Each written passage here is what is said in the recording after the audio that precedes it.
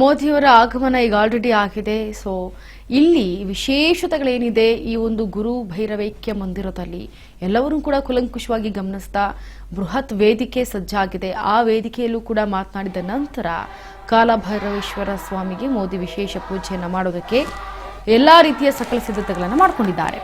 ಇನ್ನ ಭದ್ರತೆಯ ದೃಷ್ಟಿ ನೋಡೋದಾದ್ರೆ ಇಡೀ ಆದಿಚುಂಚನಗಿರಿ ಕ್ಷೇತ್ರವು ಈಗ ಪೊಲೀಸ್ ಕಣ್ಗಾವಲಿನಲ್ಲಿದೆ.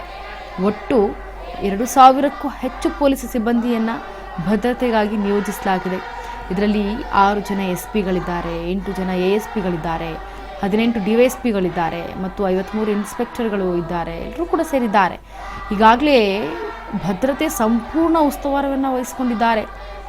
ಸುರಕ್ಷತೆಯ ಕಾರಣಕ್ಕೆ ಮಠಕ್ಕೆ ಏನು ಈ ಒಂದು ಸಂಪರ್ಕ ಕಲ್ಪಿಸುವಂತಹ ರಸ್ತೆಗಳಿದ್ದಾವೆ ಅವೆಲ್ಲವನ್ನೂ ಕೂಡ ಭದ್ರತೆಯಿಂದ ಹಿತದೃಷ್ಟಿಯಿಂದ ನೋಡಲಾಗ್ತಾ ಇದೆ. ಸಾರ್ವಜನಿಕ ಸಂಚಾರವನ್ನು ತಾತ್ಕಾಲಿಕವಾಗಿ ಈಗ ನಿರ್ಬಂಧಿಸಲಾಗಿದೆ. ಯಾಕಂದರೆ ಯಾವುದೇ ರೀತಿಯ ಅಹಿತಕರ ಘಟನೆಗಳು ನಡಿಬಾರದು ಅನ್ನೋ ಕಾರಣಕ್ಕೆ ಪ್ರಧಾನಿ ನರೇಂದ್ರ ಮೋದಿ ಅವರು ನಿಗದಿತ ಕಾರ್ಯಕ್ರಮದಂತೆ ಈಗ ಆಲ್ರೆಡಿ ಮಂದಿರದಲ್ಲಿ ಬಂದಿದ್ದಾರೆ, ಎಂಟ್ರಿ ಕೊಟ್ಟಿದ್ದಾರೆ, ಎಲ್ಲವನ್ನು ವಿಸಿಟ್ ಮಾಡ್ತಾ ಇದ್ದಾರೆ. ಬೆಂಗಳೂರಿನಿಂದ ವಿಶೇಷವಾದಂತಹ ಹೆಲಿಕಾಪ್ಟರ್ ಮೂಲಕ ಆದಿಚುಂಚನಗಿರಿ ಕ್ಷೇತ್ರಕ್ಕೆ ಆಗಮಿಸಿದ್ದಾರೆ ಮೋದಿ ಅವರು. ಮಠಕ್ಕೆ ತಲುಪಿದ ಕೂಡಲೇ ಅವರು ಮೊದಲು ಈಗ ಸಿದ್ಧ ಪುರುಷ ಗುರು ಅವರ ತಪಸ್ಸು ಮಾಡಿದಂತಹ ಪವಿತ್ರ ನೆಲೆ ಏನಿತ್ತು ಆ ನೆಲೆಯಲ್ಲಿ ಫಸ್ಟ್ ಭೇಟಿ ನೀಡಿ ಅದನ್ನು ದರ್ಶನ ಪಡೆದಿದ್ದಾರೆ. ತದನಂತರ ಕ್ಷೇತ್ರದ ಆರಾಧ್ಯ ದೈವ ಕಾಲಭೈರವೇಶ್ವರ ಸ್ವಾಮಿಗೆ ವಿಶೇಷ ಮಂಗಳಾರತಿಯನ್ನು ಸಲ್ಲಿಸ್ತಾ ಇದ್ದಾರೆ. ಗಮನಿಸ್ತಾ ಇದ್ದೀರಾ ದೃಶ್ಯಾವಳಿಗಳಲ್ಲಿ ನೂತನವಾಗಿ ನಿರ್ಮಿಸಲಾಗಿರುವಂತಹ ಶ್ರೀ ಗುರು ಭೈರವೈಕ್ಯ ಮೂಲ ಮಂದಿರದಲ್ಲಿ ಪೂಜೆಗಳನ್ನು ನೆರವೇರಿಸುವಂಥ ಮುಖಾಂತರ ದೇವಾಲಯಗಳನ್ನು ಲೋಕಾರ್ಪಣೆ ಮಾಡಲಿದ್ದಾರೆ. ಮೋದಿ ಅವರು ಮಾಡಿದ್ದಾರೆ. ಧಾರ್ಮಿಕ ವಿಧಿವಿಧಾನಗಳ ಬಳಿಕ ನಡೆಯಲಿರುವಂತಹ ಈ ಒಂದು ಬೃಹತ್ ವೇದಿಕೆ ಕಾರ್ಯಕ್ರಮ ಏನಿದೆ ಅವರು ಅಲ್ಲಿ ಭಾಗವಹಿಸಲಿದ್ದಾರೆ. ಈಗ ಸದ್ಯಕ್ಕೆ ಆರಾಧ್ಯ ದೈವ ಕಾಲಭೈರೇಶ್ವರ ಸ್ವಾಮಿಗೆ ವಿಶೇಷ ಮಂಗಳಾರತಿಯನ್ನು ಮಾಡ್ತಾ ಇದ್ದಾರೆ.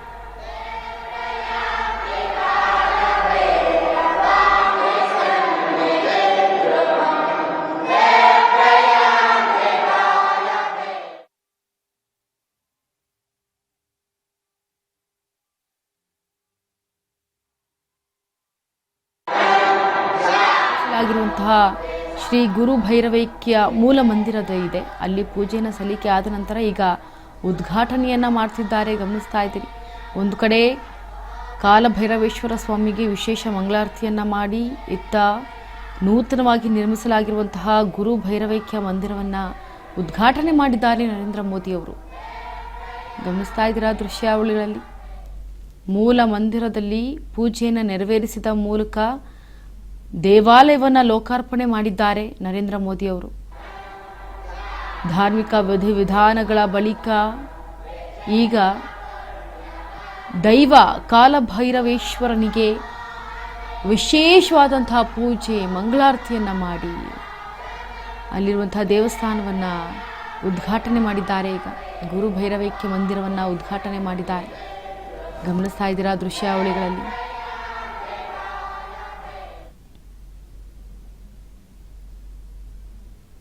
ನೋಡಿ ಉದ್ಘಾಟನೆ ಮಾಡಿದ್ದಾರೆ ಮೋದಿಯವರ ಆಗಮನಕ್ಕೆ ಎಲ್ಲರೂ ಕೂಡ ಕಾಯ್ತಾ ಇದ್ರು. ಅತ್ತ ರಾಜ್ಯಪಾಲರು ಇದ್ದಾರೆ, HDK ಅವರು ಇದ್ದಾರೆ, ಎಲ್ಲರೂ ಕೂಡ ಭಾಗವಹಿಸಿ ಈಗ ಮೋದಿಯವರ ಜೊತೆ ಈ ಒಂದು ನೂತನವಾಗಿ ನಿರ್ಮಿಸಲಾಗಿರುವಂತಹ ಶ್ರೀ ಗುರು ಭೈರವೈಕ್ಯ ಮಂದಿರವನ್ನು ಉದ್ಘಾಟನೆ ಮಾಡಿದ್ದಾರೆ. ಲೋಕಾರ್ಪಣೆಗೊಂಡಿದೆ. ದೇವಾಲಯವನ್ನು ಲೋಕಾರ್ಪಣೆಗೊಳಿಸಿದ್ದಾರೆ ಮೋದಿಯವರು. ಅದಕ್ಕೆ ಸಾಕ್ಷಿ ಎಂಬಂತೆ ಅಲ್ಲಿ ನೆರೆದಿರುವಂತಹ 1 ಲಕ್ಷಕ್ಕೂ ಅಧಿಕ ಜನರೇ ಇದಕ್ಕೆ ಸಾಕ್ಷಿ ಅಂತ ಹೇಳಬಹುದು.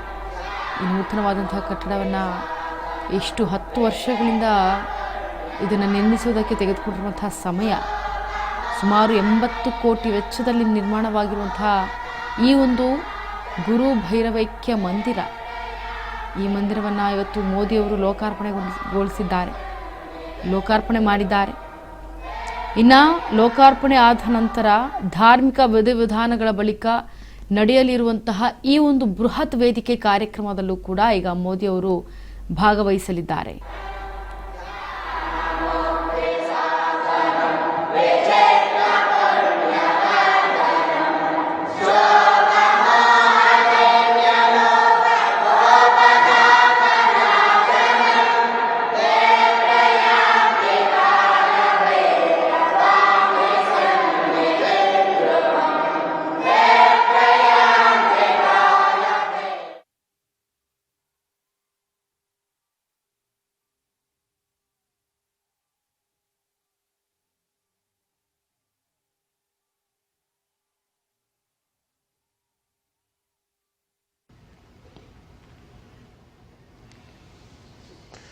ये तस्वीर जो आप देख रहे हैं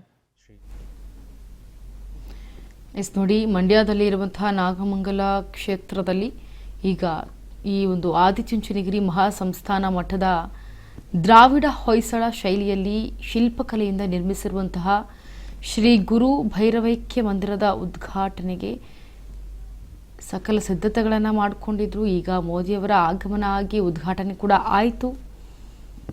ಶ್ರೀ ಕ್ಷೇತ್ರದಲ್ಲಿ ಸಜ್ಜಾಗಿರುವಂತಹ ಈ ಒಂದು ವಾತಾವರಣ, ಪ್ರಧಾನಿ ಮೋದಿಯವರು ಆಗಮಿಸಿದ್ದು ಎಲ್ಲವನ್ನೂ ಕೂಡ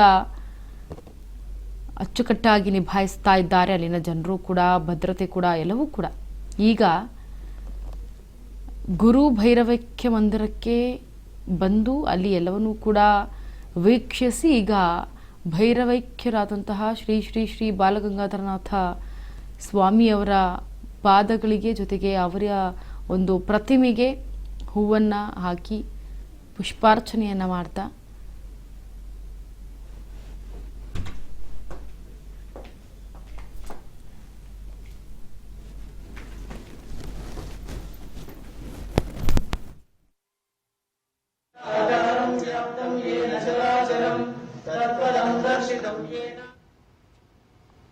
भारत की गुरु परंपरा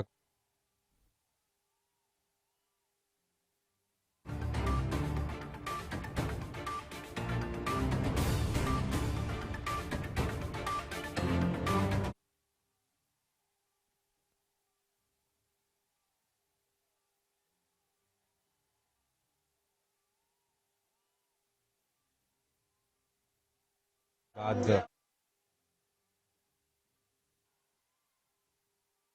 पीठाधीश्वर डॉक्टर बाल गंगाधर नाथ, जिनको पद्म भूषण सम्मान से भी सरकार ने सम्मानित किया।